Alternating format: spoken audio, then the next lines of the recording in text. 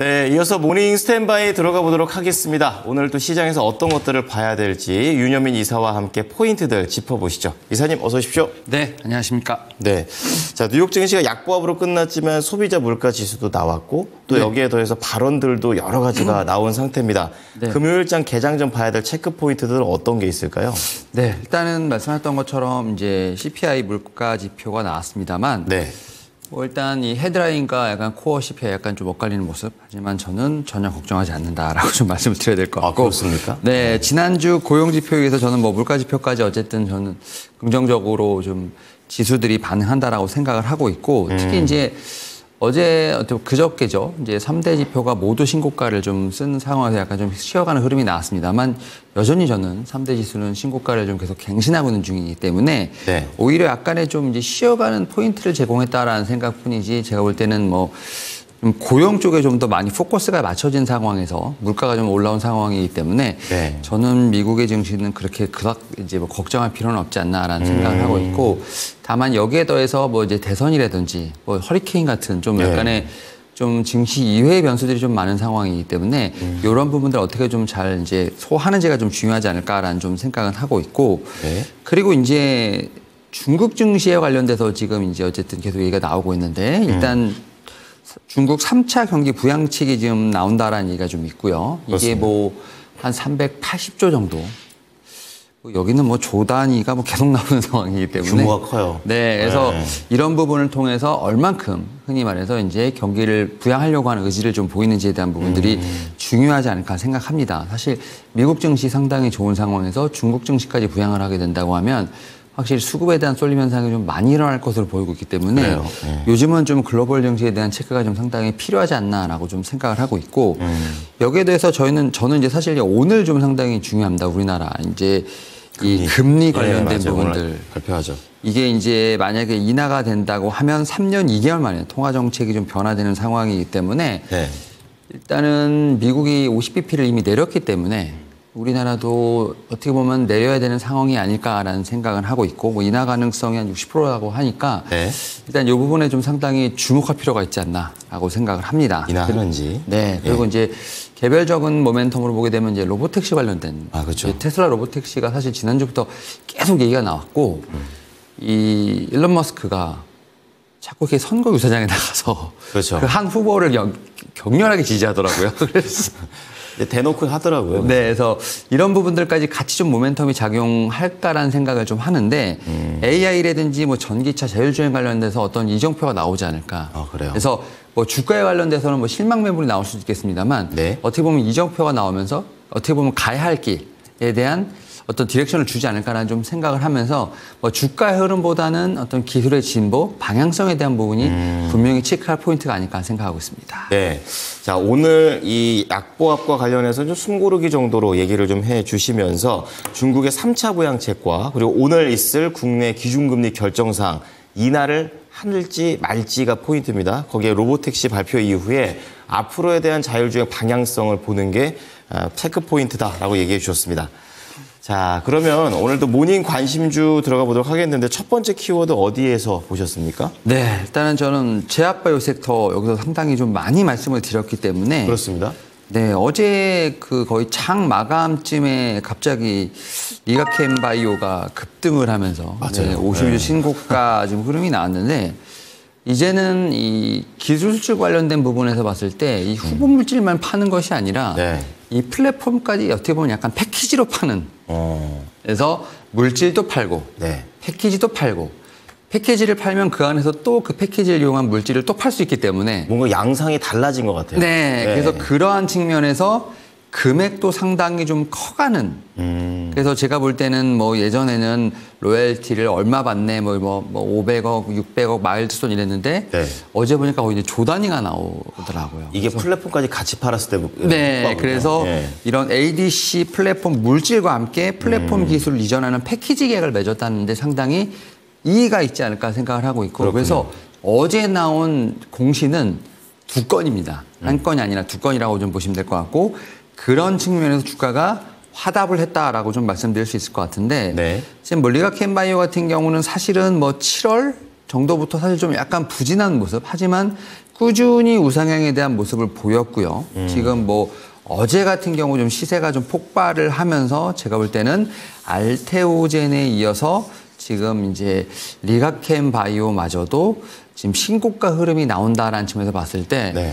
확실히 이제 이 플랫폼과 관련된 종목들이 상당히 강하고 그리고 또 어제 반도체랑 2차 전지가 살짝 조정이 나온 상황에서 네. 오히려 수급의 쏠림 현상이 제약바이오 섹터로 갔다는 상당히 좀 의의가 있지 않을까라는 좀 생각을 하고 있고 리가켄 바이오가 지금 어떻게 보면 이렇게 52주 신고가를 가는 상황에서 ABL 바이오까지도 지금 같이 52주 신고가가 좀 나오면서 이제 제약바이오 섹터에서 좀 1티어라 불리는 종목들이 네.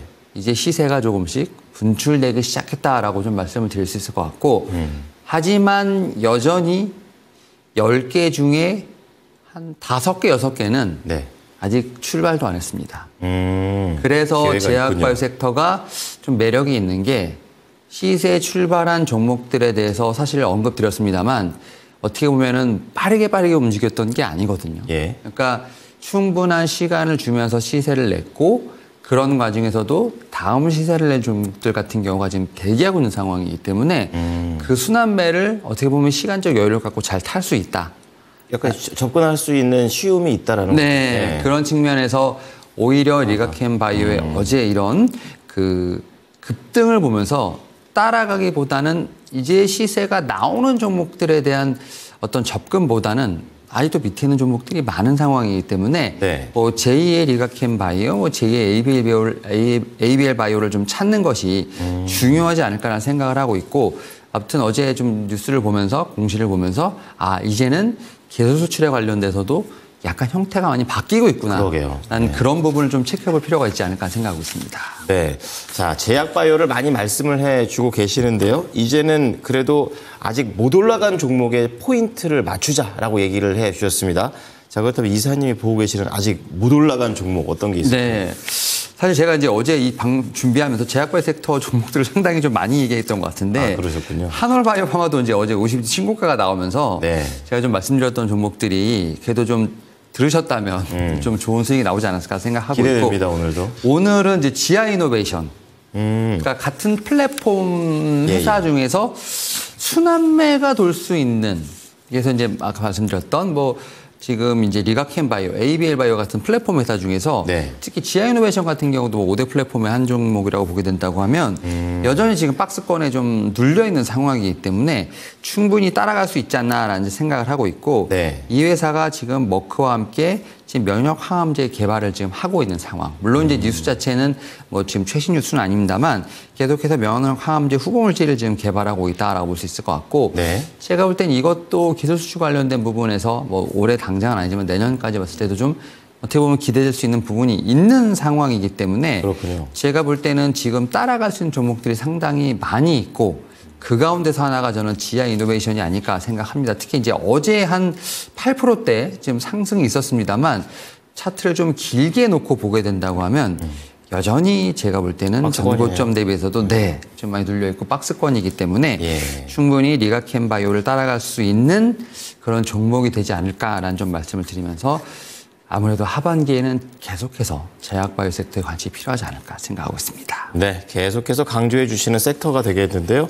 자, 어제 강했지만 그래도 매력 있다라는 관점이십니다. 목표가 얼마나 보면 될까요? 네, 일단은 뭐 지아 이노베이션 같은 경우 일단은 앞전 시대인 뭐 한 14,500원 정도에 대한 부분을 네. 체크를 해봐야 되지 않을까라는 좀 생각을 하고 있습니다만 저는 조금 더 높게 봐야 되지 않을까 좀 생각을 하면서 저는 좀 신고가를 좀 넘어서 한 16,000원 정도까지는 체크해볼 필요가 있지 않을까. 주봉상 봐도 15,000원을 작년 9월 달을 좀 넘어갈 수 있지 않을까 생각하면서 일단 16,000원 1차 목표가 말씀드리도록 하겠습니다. 네.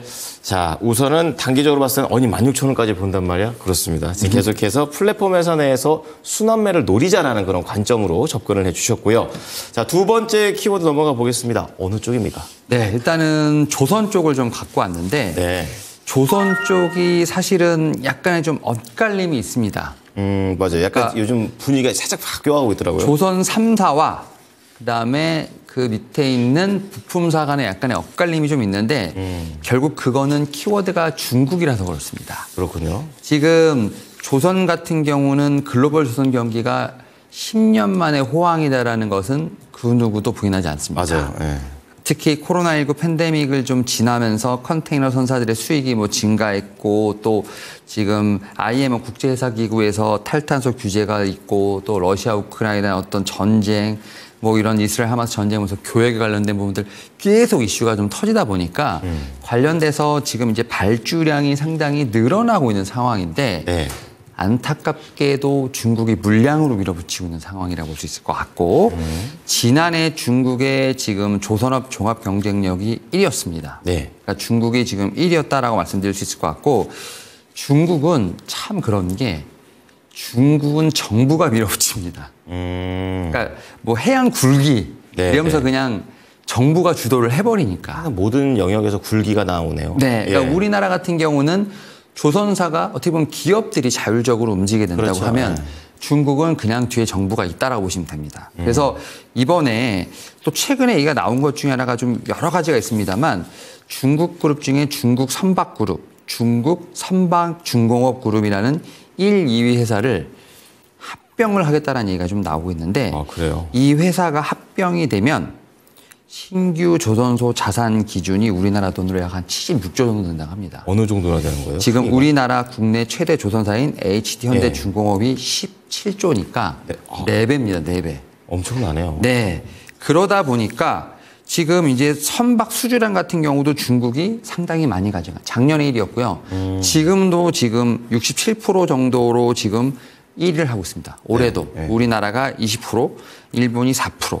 그러다 보니까 우리나라가 어떻게 보면은 고부가 가치선이라든지 예. 어떻게 보면 이제 친환경 선박에서는 확실히 우위를 보이고 있습니다만 물량에서 전체적으로 말씀하셨던 뭐 벌크선, 컨테이너선, 유조선 그렇죠. 같은 수익성이 낮지만 물량으로 밀어붙이기 때문에 아, 그렇군요. 그렇기 때문에 중국의 어떤 쌍끌이 작전에 우리나라나 뭐 일본 같은 경우도 그렇고 상당히 좀 고전하지 않나라는 생각을 하면서 결국 그런 측면에서 우리나라도 어쨌든 좀 경쟁력을 더욱더 공고히 할 수 있는 전략이 필요할 것이다라고 좀 생각이 들고요. 네. 그러다 보니까 최근에 이제 조선 섹터에서 키워드가 중국 조선소가 되면서 약간 지금 조선 3사가 조금은 좀 밀리고 있지 않나라는 좀 생각을 하고 있습니다. 자, 그렇다면은 투자자 입장에서는 조선사를 고르는 것보다는 다른 쪽으로 포인트를 맞추자라는 것으로 좀 이해가 됩니다. 어떤 종목 보십니까? 네, 일단은 말씀드렸던 것처럼 조선사 같은 경우는 키워드가 중국이기 때문에 예. 중국 조선사가 배를 많이 수주를 하는데 기술력이 우리나라만큼 좋지 못합니다. 네. 그래서 부품들을 다 이제 외주를 줘야 되는 상황인데 그 중에 바로 중요한 게 바로 엔진입니다. 빼놓을 수 없죠. 네. 이와 관련돼서 하나 엔진을 좀 말씀을 드려야 될 것 같은데 어제 긴 매물대를 돌파를 하려고 이제 매물대 진입을 하면서 상당히 유의미한 상승세가 있었다라고 좀 말씀드릴 수 있을 것 같고 네. 특히 하나 엔진 같은 경우는 수주, 그러니까 특히 이제 3분기까지 올해 3분기까지 수주 금액이 한 7,700억 정도 되는데 이게 작년 매출의 90% 정도 된다고 합니다. 굉장히 빨리 채웠네요. 네, 수주량이 엄청 많고 이 수주가 우리나라 지금 이제 계열사니까 하나오션도 있겠죠. 그렇죠. 그리고 삼성중공업도 있습니다만 예. 중국 조선소에서 발주가 많이 들어온다고 합니다. 이 엔진에 대한 아, 결국에 그럼 이 중국의 물량전에서 대응할 수 있는 전략은 엔진에서 찾아볼 수 있겠네요. 그렇죠. 네. 그러다 보니까 사실 이제 작년도 하나 엔진 같은 경우는 중국 조선소에서 받아온 수주가 한 20% 정도 되는 상황이기 때문에 이미 하나 엔진은 고객을 다변화해 놓은 상황입니다. 안정적이네요. 네, 그러다 보니까 지금 중국 조선사들이 아무리 뭐 수익성이 낮은 지금 배를 이제 수주를 한다 하더라도 그 중에 개량 일부 같은 경우는 뭐 메탄올, 뭐 LNG선 이런 게 좀 있지 네, 않겠습니까? 그렇겠죠. 그와 관련돼서 기술력이 부족하기 때문에 엔진 같은 경우는 이제 하나 엔진에게 발주를 한다는 거죠. 그러다 보니까 중국 조선소가 호황이 되면 오히려 하나 엔진 같은 경우는 나쁠 게 없다. 그러네요. 거기서 엔진을 수주할 수 있는 모멘텀이 올라가지 않을까라는 좀 생각을 하기 때문에 일단은 뭐 친환경 선박이 많이 발주가 될수록 엔진의 가격도 올라가고 네. 중국 조선소에서도 엔진을 받는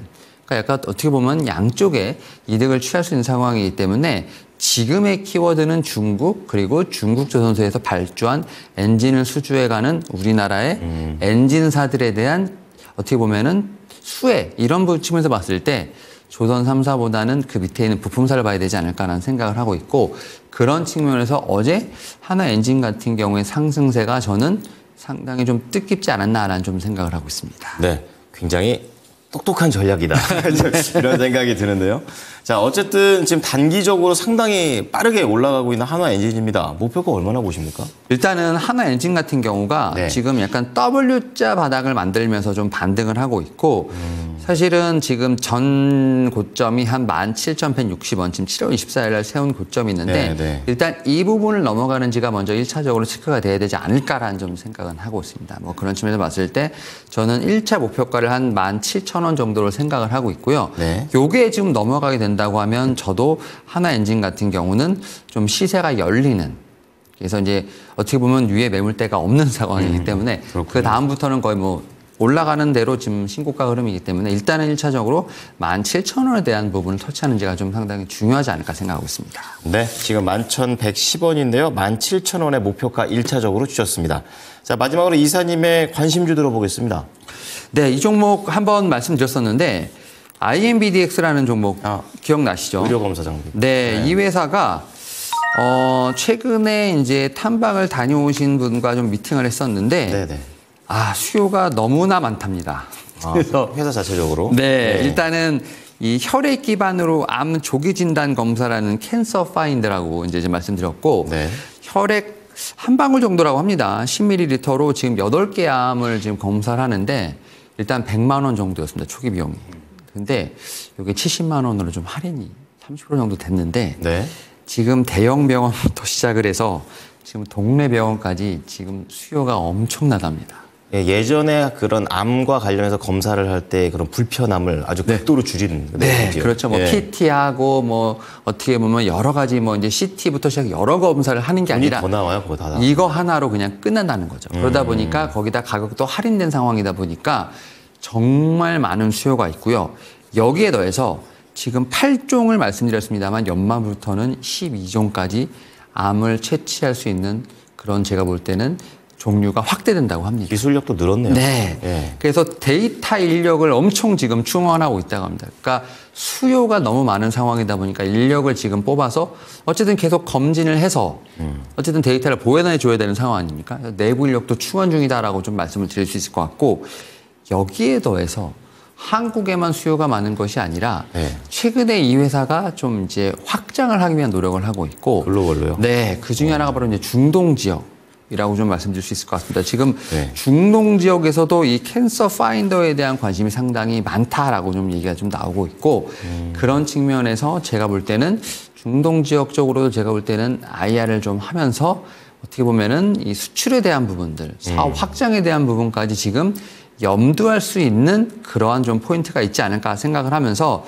최근에 보면 진짜 지루하게 박스권을 지금 형성하고 있는 상황이거든요. 네, 그러네요.